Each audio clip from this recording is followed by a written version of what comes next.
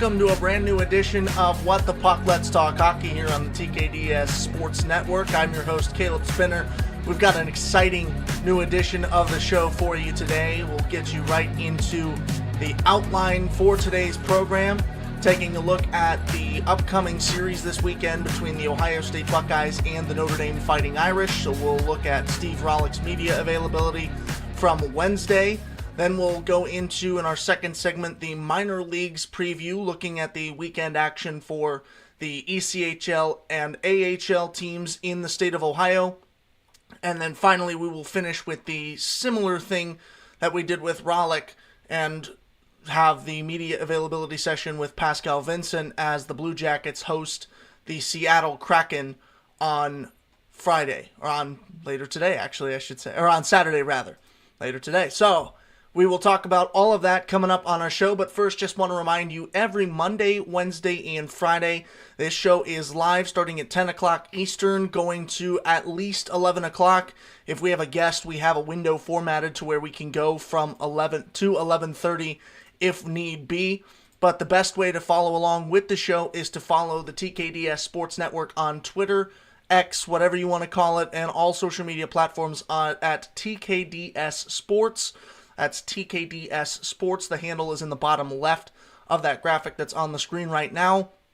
As well, you can also follow me on my social platforms with the handle at Caleb Spinner. The C and the S are capitalized in Caleb and Spinner. I know the graphic shows all caps.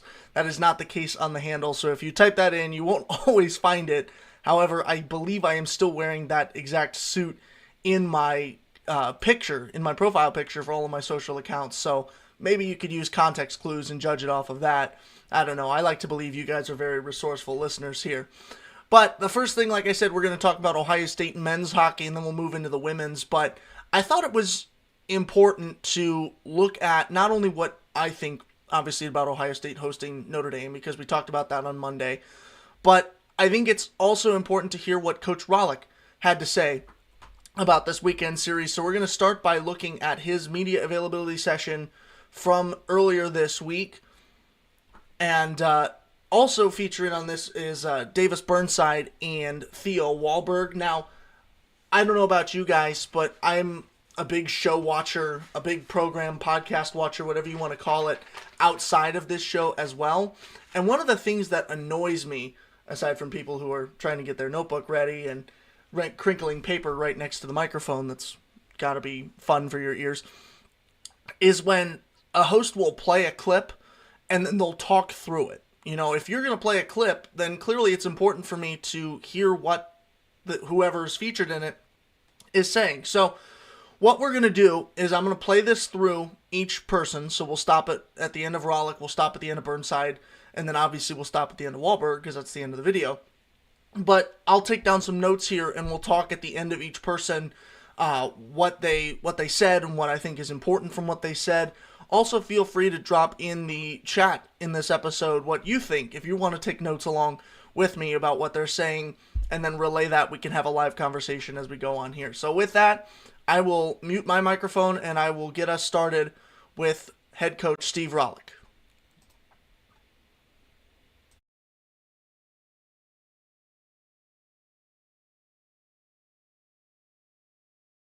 My computer's been having issues playing the sound, so we'll see if this works.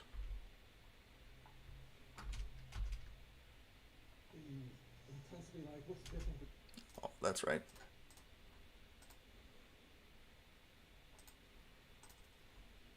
Between league play and non-league play? Well, we play in the best league in the country.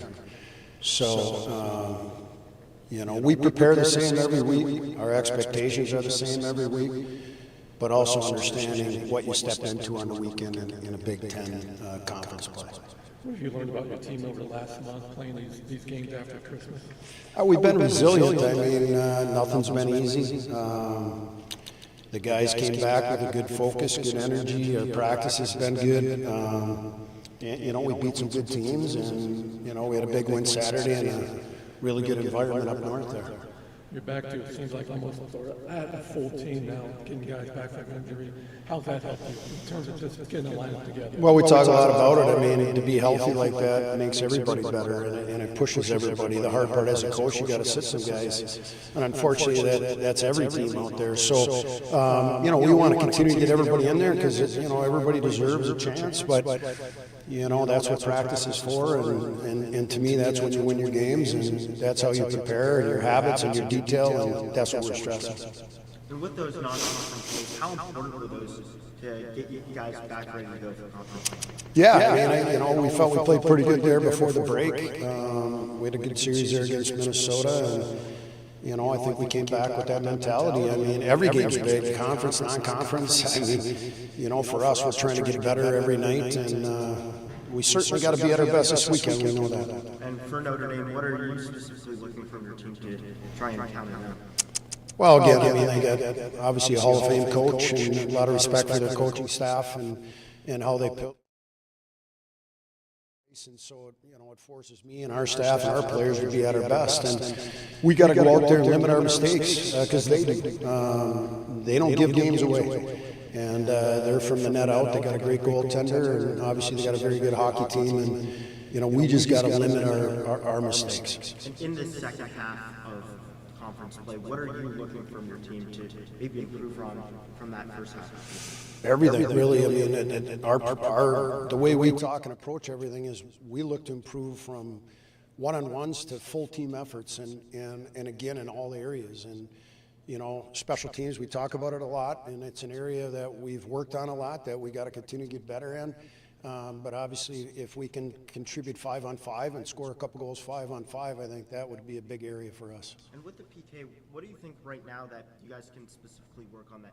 Maybe why you haven't had that success that you're looking for? Well, sometimes it goes in streaks, and at times we've been really good, and at times, hey, other teams make plays and goes in the back of your net, and one was a 5-on-3 on Saturday, and one was kind of a broken play and it being a back door. So we just got to work at it. We got to have guys buy in, and we got to block more shots.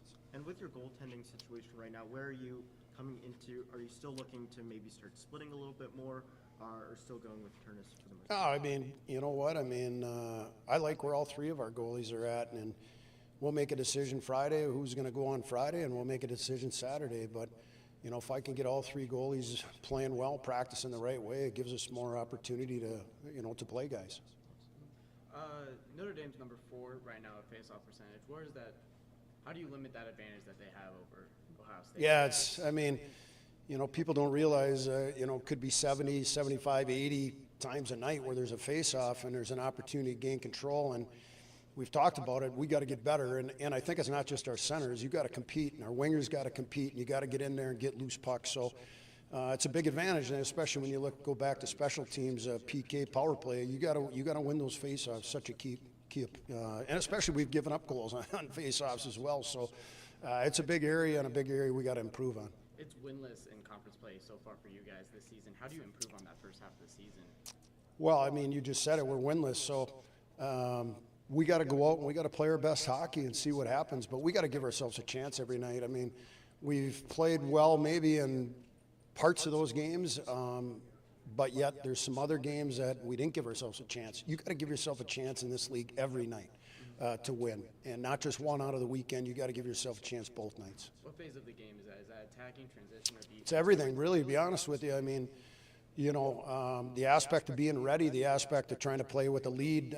You just mentioned special teams, face-offs. I mean, it's total team effort out there, and especially in our league, we just talked. It's the best league in the country, and it starts Friday night with Notre Dame. Where your shipping address types itself.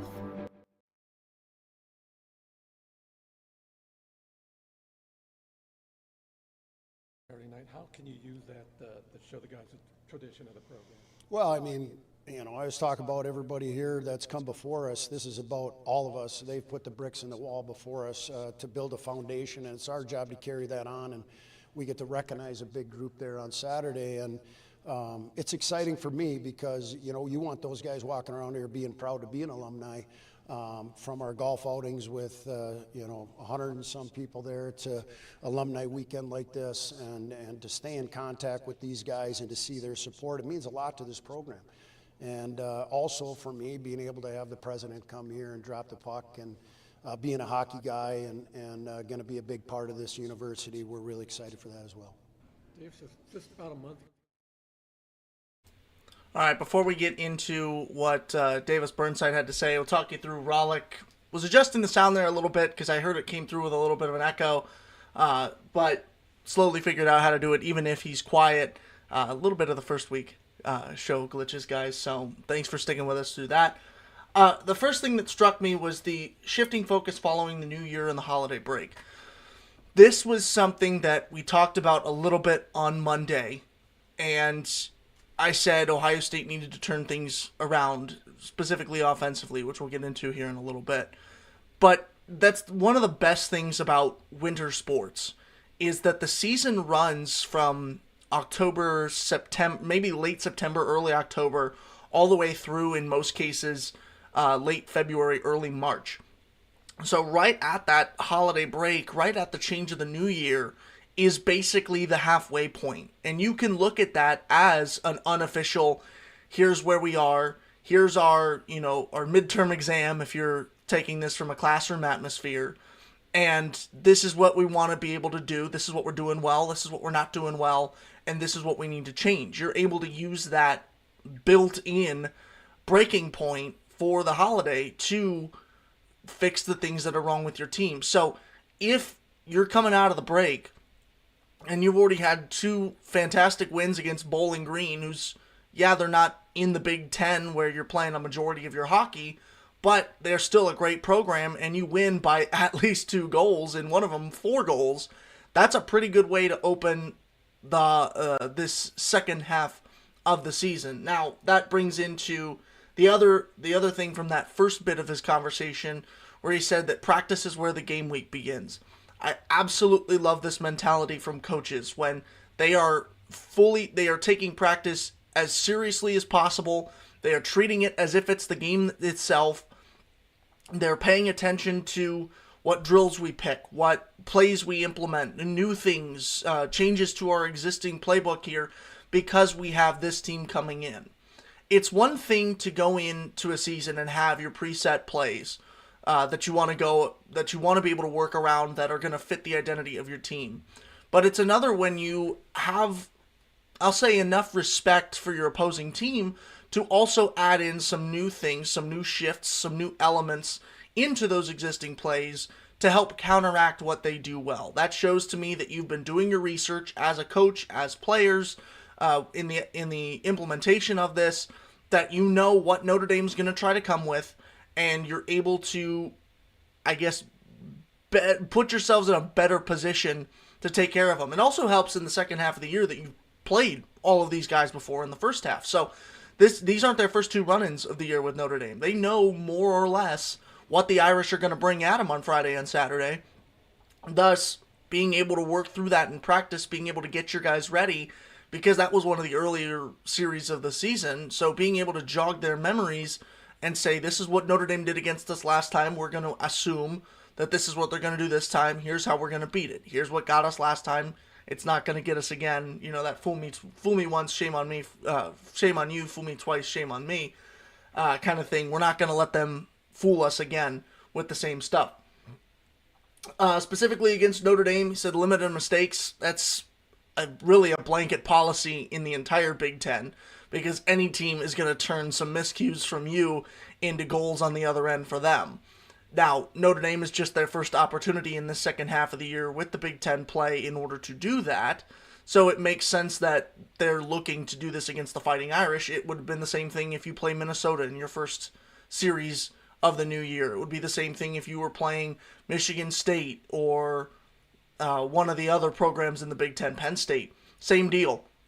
You want to limit your mistakes on the other end that are going to give scoring chances to the Fighting Irish. So I like that. That was a big thing I had when I was watching those last 2 games at South Bend that Ohio State needed to do. They were a little bit lackluster at times with the puck, and that oftentimes led to scoring chances on the other end for the Golden Domers.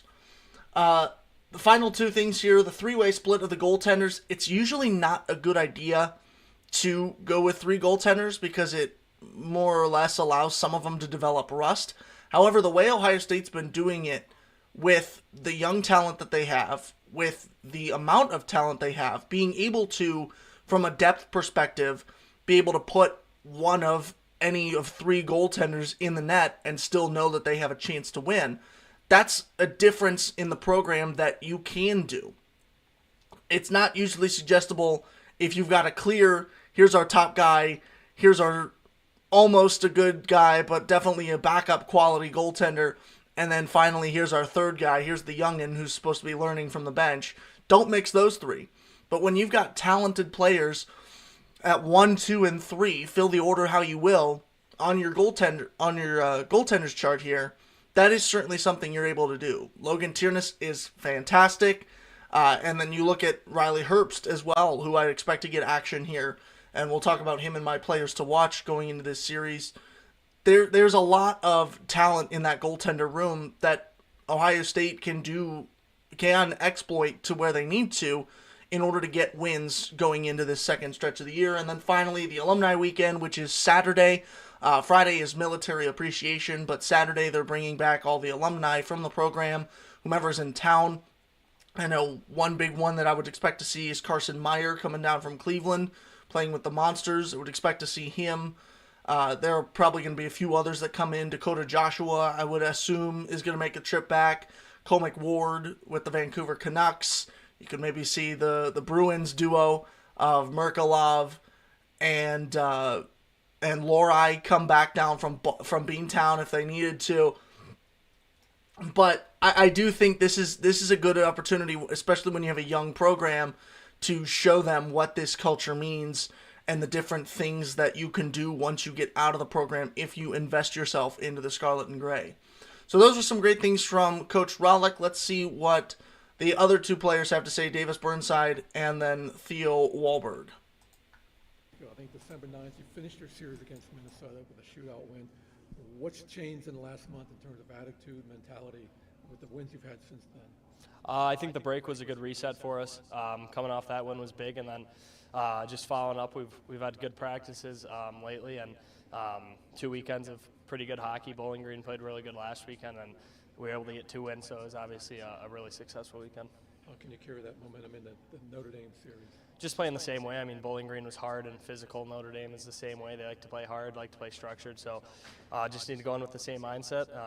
We need to do what we need to do, and we should be good.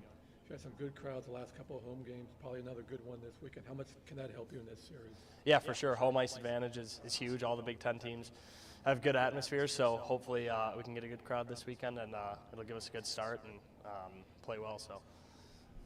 And halfway through the Big Ten Conference right now in this season, what have you learned from your team so far? I mean, we're resilient. Obviously not the start we've wanted so far, but the second half we're playing great hockey, and we're just trying to build off every weekend and hopefully carry into the second half starting the Big Ten. As a player right now, when you're seeing the special teams, what do you think can be improved on there? I mean, our power play's clicking last week, and I think that's what won us both hockey games was our power play and PK. I think we've done a really good job there, but that's how you win and lose games, so we need to continue to be dialed in on that. What did you learn from the previous Notre Dame series earlier this year that you can use for this? Yeah, they're a good hockey team. They've got some older guys, some younger guys that are really skilled. I think we just need to limit our mistakes. I think we gave them a couple goals last time we played them, but they capitalized. Credit to them, but I think we just need to clean up some stuff on our part. You guys are winless in Big Ten play. How can you guys change that moving forward, especially in this series? Just focus on ourselves and get a good start. Fridays haven't been great for us this season, so I think we're going to try and improve on that and have a great start. We've had a good week of practice so far, so I think we're all ready for Friday. What are you trying to improve in your personal game? I think just everything. I don't think I've done anything great, anything bad, but I think just keep playing steady hockey, and I can improve on everything. So I think that's the main thing. For the second half of the season in the Big Ten, what did you? So a few things there from Davis Burnside, one of, I think, the more electric players on this team. Not to say that there aren't those who are anyways, but he is more often than not a catalyst, especially on the younger side of this program here. The first thing he said, hard and physical. That is basically the three-word slogan for the Big Ten. Whether you're talking about hockey as we are right now, or you get to football or basketball or even all the way down to lacrosse. Swimming maybe not, but definitely it's good to know the branding of the Big Ten and to be ready for that. Now, they played a very hard and physical series against Bowling Green. Were able to get 2 big wins out of that series because they played it like it was a Big Ten pair of games. So I think they're ready in that regard for Notre Dame. I don't worry about getting, I guess, intimidated from the opening face-off in that regard. I don't worry about the team coming in expecting to play like they just did against Bowling Green, and Notre Dame coming out and shocking them in that regard. I think they're well prepared for the Irish in that regard of being hard and physical, and remembering how hard and physical that series was against them in South Bend last time. There's definitely going to be a packed house against the Fighting Irish. That's a series, along with the big one, Michigan, that always draws a crowd, always puts butts in seats at the shot. So I think last year, if I'm remembering right, there was record attendance from students. It was like 8,700, I guess, were in the Schottenstein Center, but something like 4,200 of those were students, and that was one of the big things. That was something like a record in program history. Against that, I'll come back with you Monday if I can find the exact stat for that, or if it gets beaten this weekend. Of course, that's a possibility. But there's always a packed house with the Fighting Irish. Home ice advantage is definitely a thing that exists in Columbus, especially when Notre Dame comes to town. The success on the power play, absolutely, it's been working. It was one of the big reasons that Ohio State was able to pull out 2 wins against the Falcons last weekend. And more or less, it makes up for the struggles on the penalty kill. Now, Rollick talked about it a little bit. He said it was inconsistent. That's a perfect way to describe it. They go on trends. They go on little stretches where it's great, and then they'll go in and it's abysmal. And this has been a pattern through the last few years.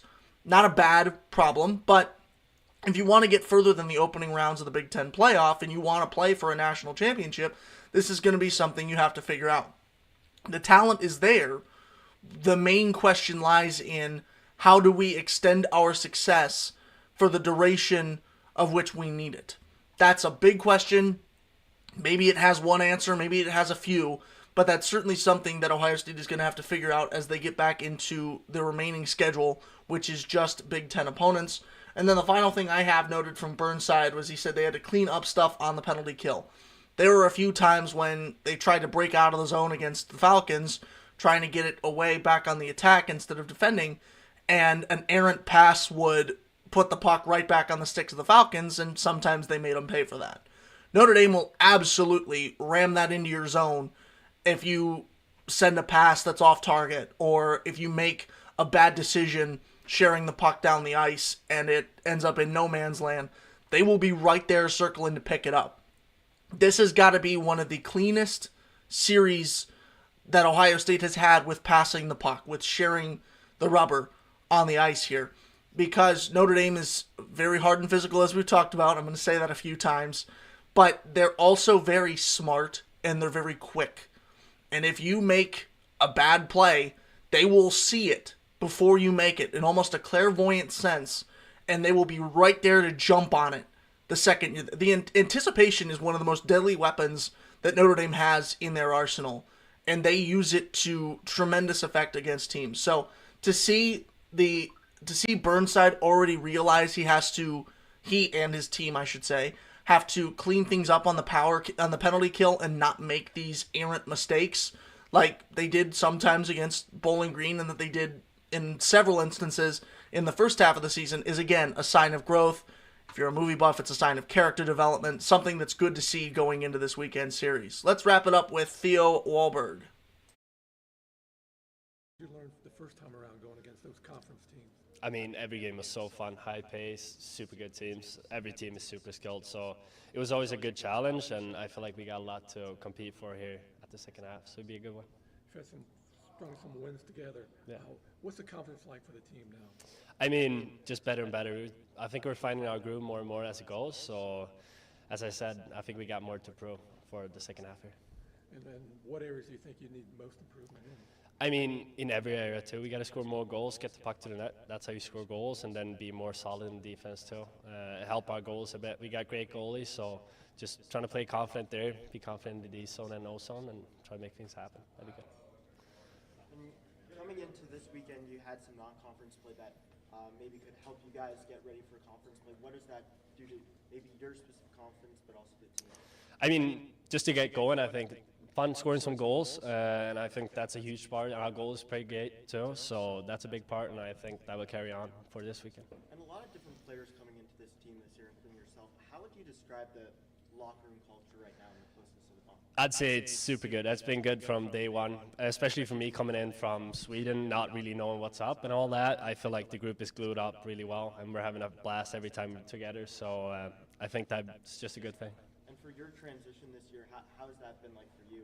I mean, getting some of the college games as well. I mean, a big change for sure. I mean, bigger players, better players too, and it's been a blast. The guys around, as I said, has helped me a lot too, so that's kind of translated good, but I feel like me and the team got more to prove too. So.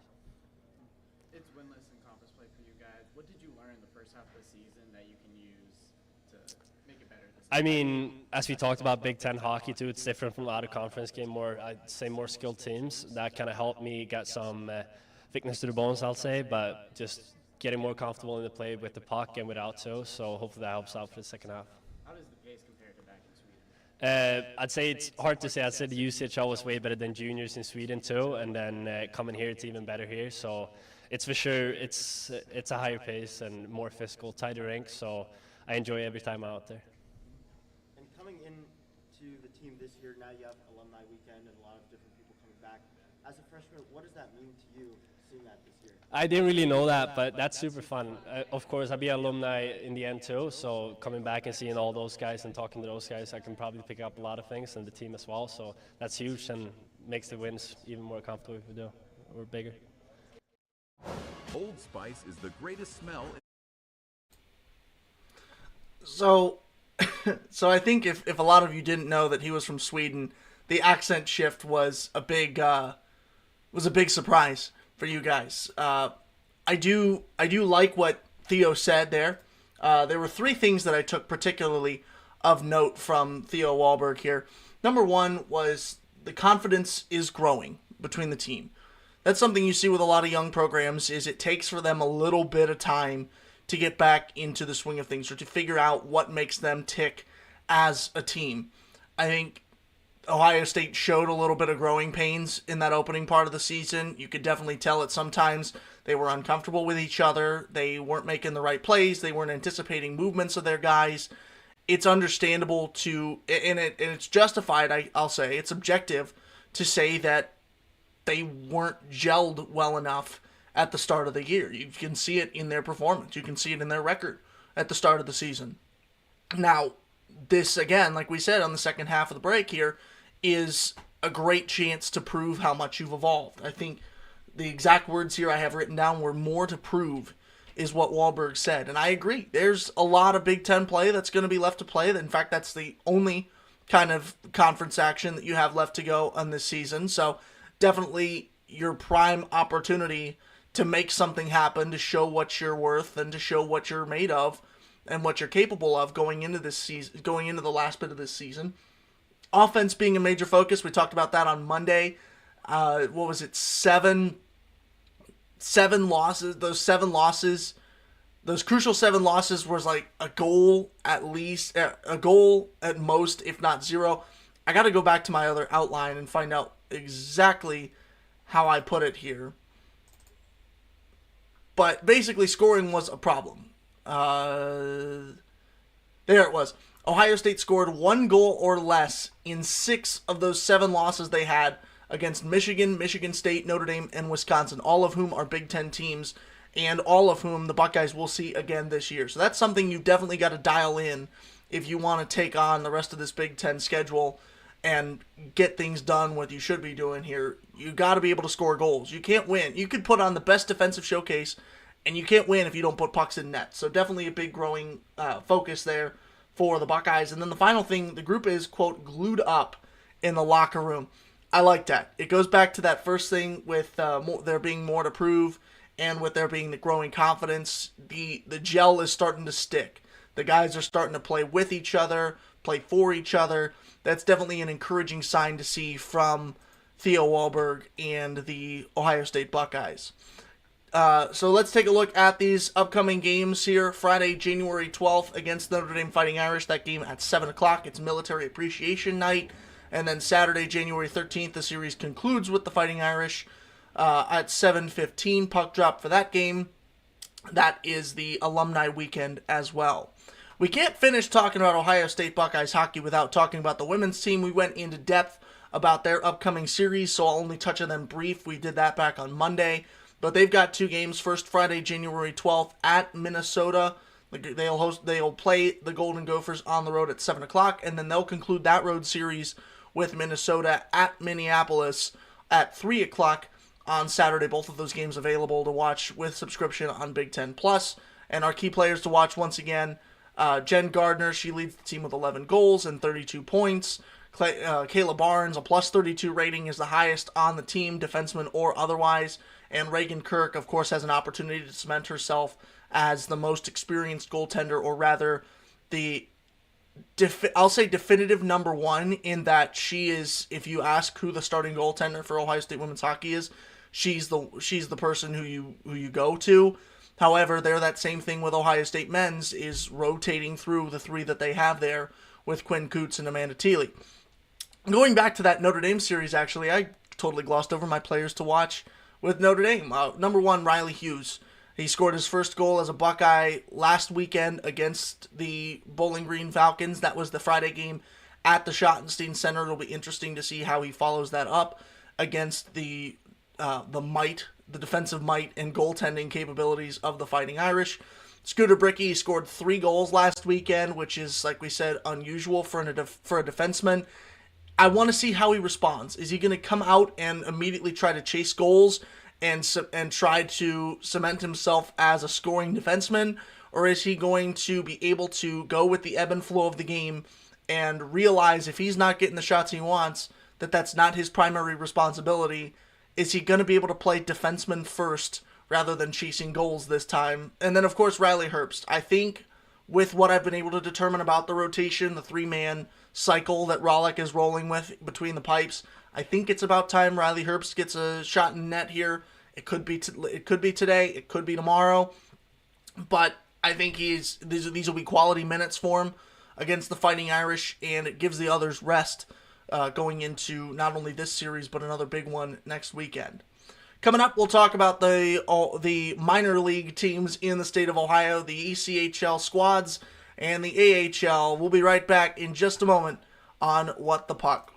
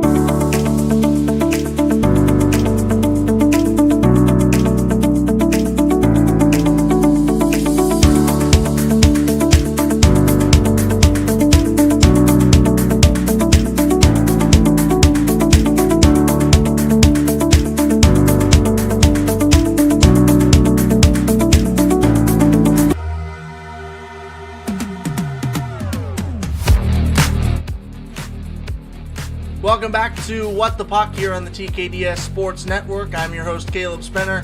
Let's get into our minor league action of the day, talking first about the Cincinnati Cyclones out of Cincinnati, Ohio. They've got 2 games coming up this weekend.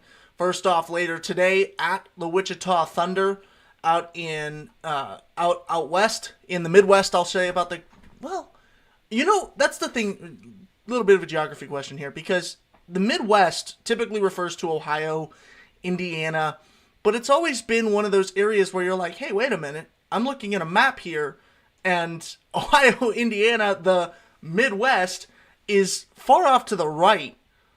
It's not quite in the middle of the country, so why are we calling it this instead of North Dakota, South Dakota, Iowa, the rest of there? I don't have a map in front of me, so I'm missing a few states here. But I've always wondered why places like Kansas and Iowa weren't called the Midwest. Instead, it was left over to the guys that are not quite East Coast, but close to it. Anyways, getting back to the subject at hand, back to the lecture at hand, to quote a famous rap lyric, I forget what that's from. My head is a bit scattered, ladies and gentlemen. It's Friday. I'm excited. Friday, January 12th, the Cincinnati Cyclones are at the Wichita Thunder. They'll play a series this weekend out there in Wichita. 8:05 puck drop for both games. This one later today and on Saturday as well. Key players to watch for me, Patrick Polino. He's 9 goals away from tying his goal number from last season. He had 23 goals last year. He has 14 now. And why do I think that's important? Well, because he's played 40 fewer games to this point than he did last year. You can tell there's been an increase in his scoring capabilities. There's been an increase in his playing time to make him able to get to that level and be in a spot to potentially overtake his former mark in the next 10, 12 games and still have plenty of time to set a new career best here in the ECHL. Could be worthy of a call-up to the AHL if he is able to keep this streak alive here. The second one I have here is Ole Julian Bjorvik-Holm, with a plus 10 rating. That's the highest on the team amongst the defensemen and otherwise. When he's on the ice, the Cyclones are scoring goals. And like I said in the last bit, talking about Ohio State men's hockey, you can't win games if you don't score goals. And certainly when Bjorvik-Holm is on the ice, the Cyclones are scoring goals. So he's somebody to watch here. And then, of course, the goaltender, Olaf Lindbaum, a solid night against the Thunder, a solid pair of nights for that matter, against the Thunder, would push his save percentage above 90%, something that he wants to get there. He's sitting right now at an 89.99999 infinity. Definitely wants to get back up into that 90% range or higher, and he'll be able to do that with a great showcase against the Wichita Thunder. Going a little bit quicker here because we spent a lot of time talking Buckeyes in that opening segment. The Toledo Walleye, they've got 3 games back-to-back-to-back, Friday, Saturday, Sunday, against different opponents. So we got to talk about those as well. They've got a series home and home, which we explained what that was on Monday too.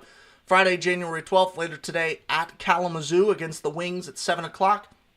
They will then host the Kalamazoo Wings on Saturday at a 7:15 up in Toledo, and then they'll conclude on Sunday, January 14th, hosting the Indy Fuel at 5:15. I like that middle game too, because they're going to be wearing special uniforms designed by, well, at least designed to resemble the Looney Tunes. So that's going to be funny. If you love Space Jam, you're obviously, and if you grew up in the 90s, you're familiar with the Looney Tunes. They have the jerseys on the website. They are pretty hilarious. So that would be worth the price of admission up there in Toledo to go see those on the ice. Key players to watch for me here, Brandon Hawkins, number 1. He leads the Walleye with 19 assists and 48 points. It's always great to see what's typically a defenseman statistic with those assists when they dump it in from the blue line and try to get a deflection in front, or when they set it out of the zone to clear and try to get the team on the attack. A lot of times they get that secondary assist. It's typical for the forwards to have a lot of goals and the defensemen to have a lot of assists, if you look at the box score. So to see a forward leading the team in assists is a pretty cool thing. And then, of course, 48 points. It's by far the most on the team at this given moment.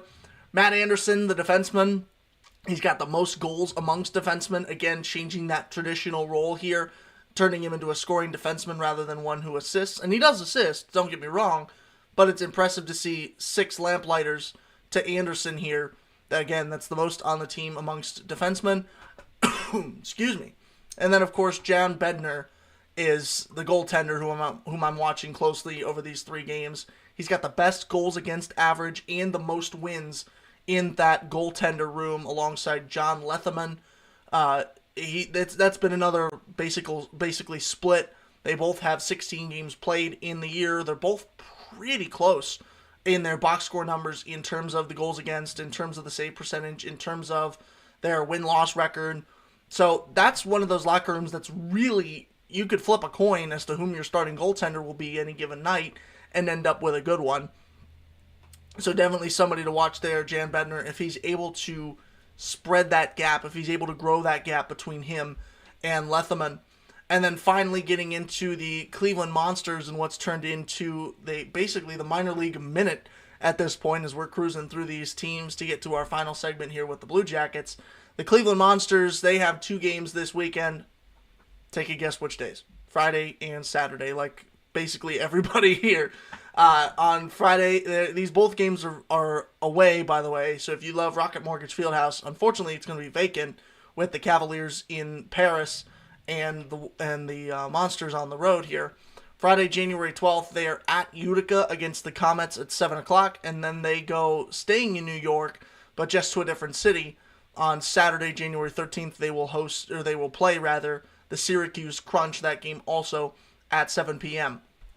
3 players to watch here. First for the forwards, Trey Fix-Wolansky. We talked about it on Monday, right? When I talked about the quality of the minor league programs and that there's not a drop in talent just because it's not the NHL.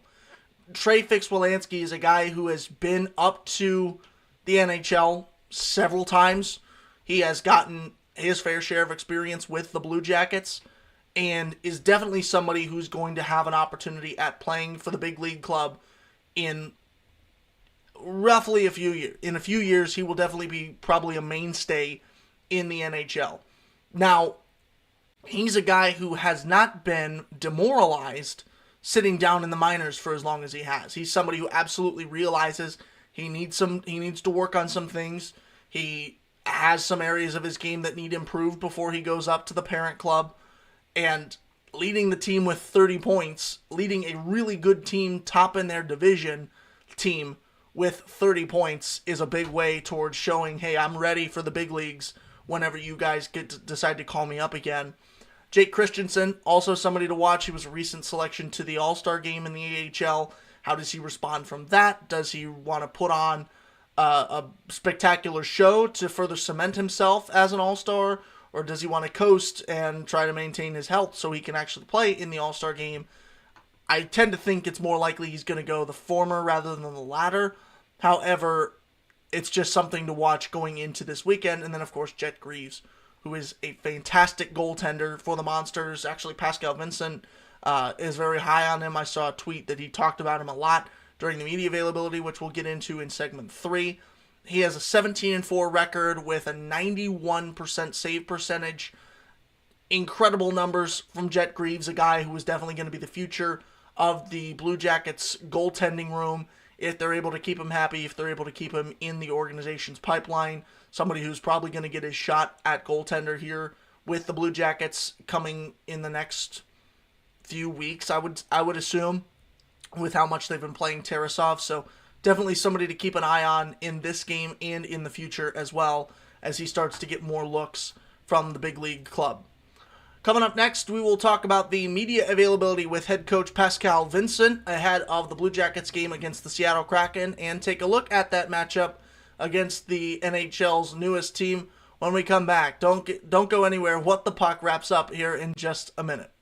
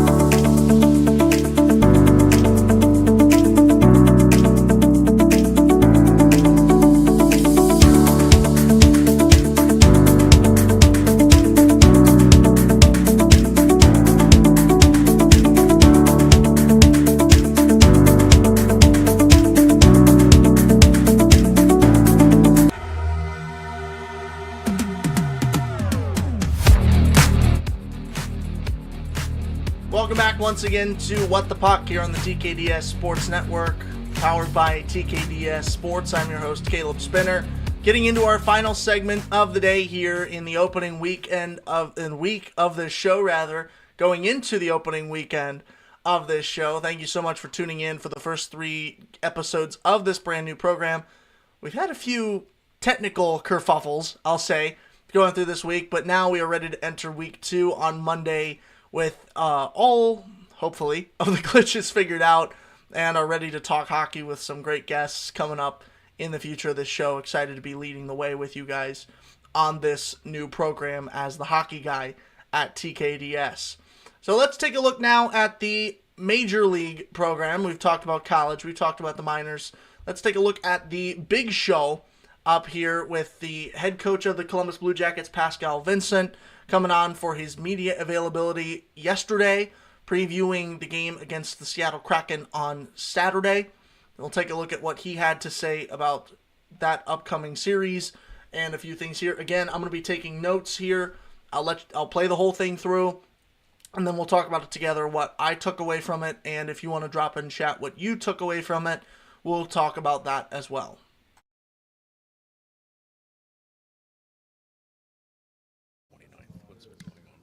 We are looking to evaluate Daniel. He hasn't played. I know it's a big question, but Daniel hasn't played in quite some time. We want to see what he's got. We want to evaluate him, and we believe he has the potential to be a number 1, but that's just what we believe. He has to prove it, and that's what we're doing right now. Simple as that. Is it strange to your number 1 goalie for 2 weeks? Well, he can, to keep him sharp. It's not.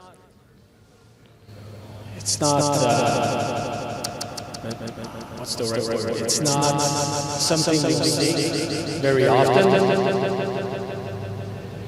But in order for him to stay sharp, like sitting on the bench, and he might next game, he might be in the net, he might be the backup. I haven't made the decision yet, but in order for him to stay sharp, he needs to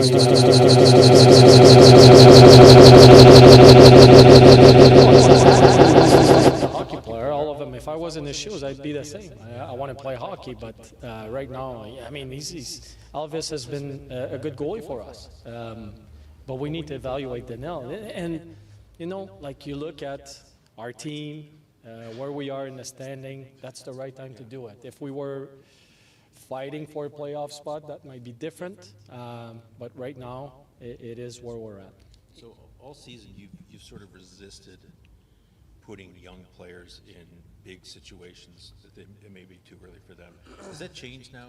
Just as you mentioned the standings where you're at in the season, do you take a different approach now? No. Is that part of this? No. For Daniel, it's different. I don't see him as a young player. He's been around for quite some time, and he hasn't played a whole lot. We want to see what he's got. But no, we want to make sure our players develop. I mean, that part is, to me, for a young player, the most important part is keeping this confidence. All of the players that we have, even the guys that are playing low minutes, were all-stars at lower levels. So they're used to be on the top 2 lines, top 2 or 3 defensemen, top goaltender. But for me, when they show up here and they play in the NHL, their confidence is really high. They believe that they can do the same thing. Well, not so much. It's a different league. It's the best league in the world. And for our young players, we want to put them in position to succeed. Now, sometimes we can't because of injuries like we're seeing right now. But slowly guys will come back, and hopefully the experience they're gaining right now will serve them for the future. Elvis has played a couple of games since that incident with Tom Wilson. Can you say, is any part of this punitive? No. We addressed the situation. It was done the proper way, and we've moved on. Do you still see Elvis as a potential number 1? Absolutely. He's got the potential, yes. Last year was a tough year for everyone, Elvis included, everyone. And but this year he's showing good signs of the potential that he has. Do I see him in a number 1 in in the NHL? Yes, he can be. How about a number one here? Anywhere. Like we're looking to evaluate everyone here, and can be here. Hopefully, we make the right decisions.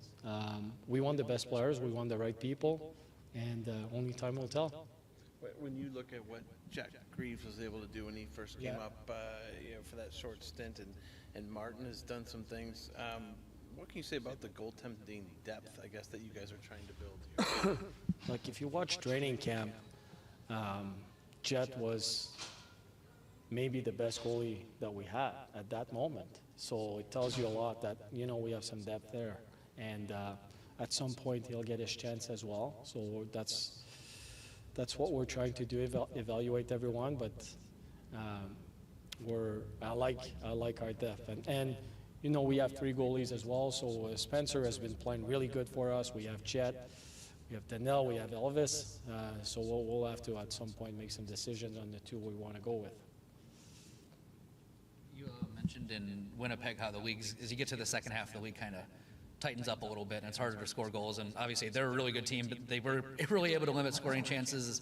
You've not had a ton of trouble scoring goals this year, but is the next step maybe for the next challenge for this team kind of learning how to score goals as this league gets a little harder to play in the second half? Yeah, for sure.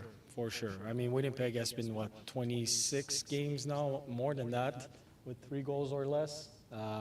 So I think we're not the only victim here. They've been doing it to quite some teams. But yes, it gets tighter, it gets faster. You see the veteran players taking over the league. There's a step that's going to be taken from now on until the All-Star break. And then after the All-Star break, it's a different league. Like now teams are pushing for playoff spots, and a lot of them are in the race for playoffs. Those that are in the playoffs, they're pushing to keep their spots, and they want to move up so they can get home ice advantage. The level and the intensity of that league just goes way up. So and it gets tighter. So when the level goes up, there's less plays, less room, less chances to create offense, because playoff hockey is all about defending.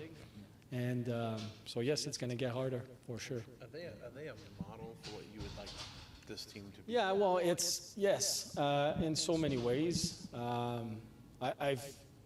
I've worked for that organization for 10 years and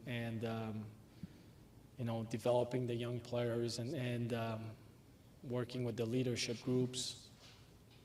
But their style of play is similar to what I'm looking to do here over time. Part of that is the confidence that they play. I mean, they're loose right now, but they're playing a tight game. End of the game, one of their players, their captain, makes a play. He's not happy with it. The game is 5-0. He goes back to the bench and he's not happy. So not taking anything for granted, not like wanting to compete. That mindset is what I'm hoping to achieve. Not that we don't compete, don't get me wrong, but it's just they're just at a different level. They've been working together for years now. They've been through playoffs rounds, some disappointment. Now they're at a stage where they're more mature. I mean, the average age group of their D was, I think, 3 or 4. They're average 29 something. So that's why it makes a difference. Like there's nothing except for time that will get us to that level. And so it was a good game for us as far as evaluating our team and where we want to be. The style of play, I would say a bit more, and I'm just talking about X's and O's, the Vegas and the Boston of this world. When you look at your team as currently comprised right now, do you see a team that has foundations that can grow into? I think so. I believe so. First part is, and going back to my Winnipeg years, first thing is that I remember is the players were coachable. They wanted to get better, and we have that here. They're coachable. They want to get better. They're all in. We don't play a perfect game. Don't get me wrong, but the intent is good, and so starting from there, that's a good sign, and we'll move forward. there any news update on Sean Corrali's condition? Yeah, he's still struggling. He skated. He can skate now. We pushed him hard, but he's not ready yet.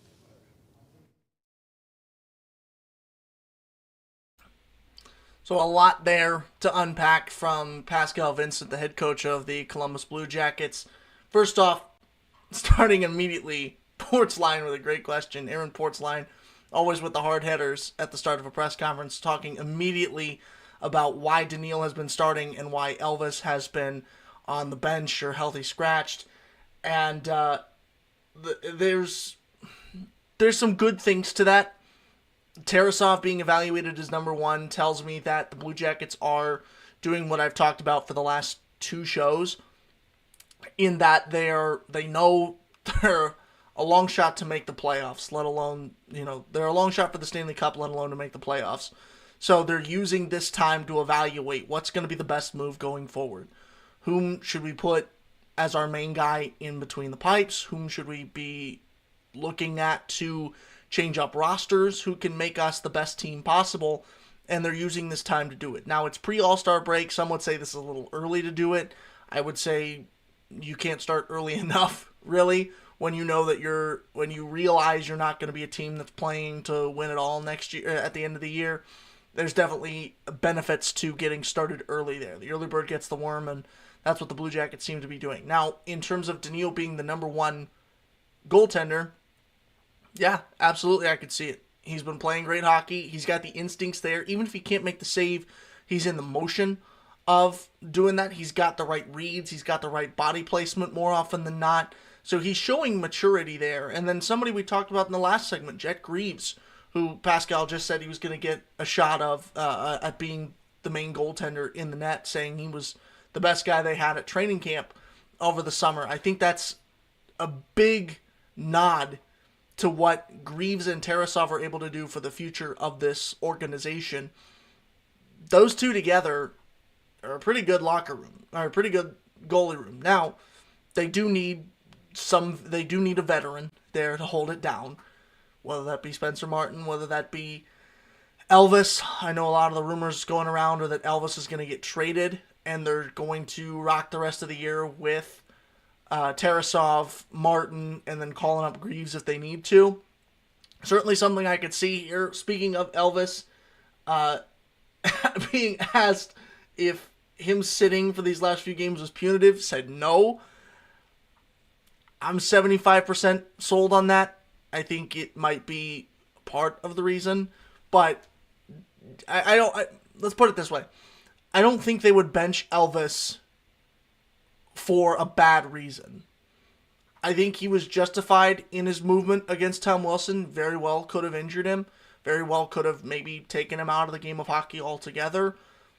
But I think the reaction of Vincent to lead off with that question by saying Tarasov is right now being tested out as the main guy is certainly indicative of this is the real way they're doing it. The fact that he led off with that instead of immediately jumping to answer Portzline's question by talking about Elvis first, it shows me, at least in his mind, that's the main priority, is making sure that Tarasov is ready to potentially lead this organization in the future if he's called upon to do so.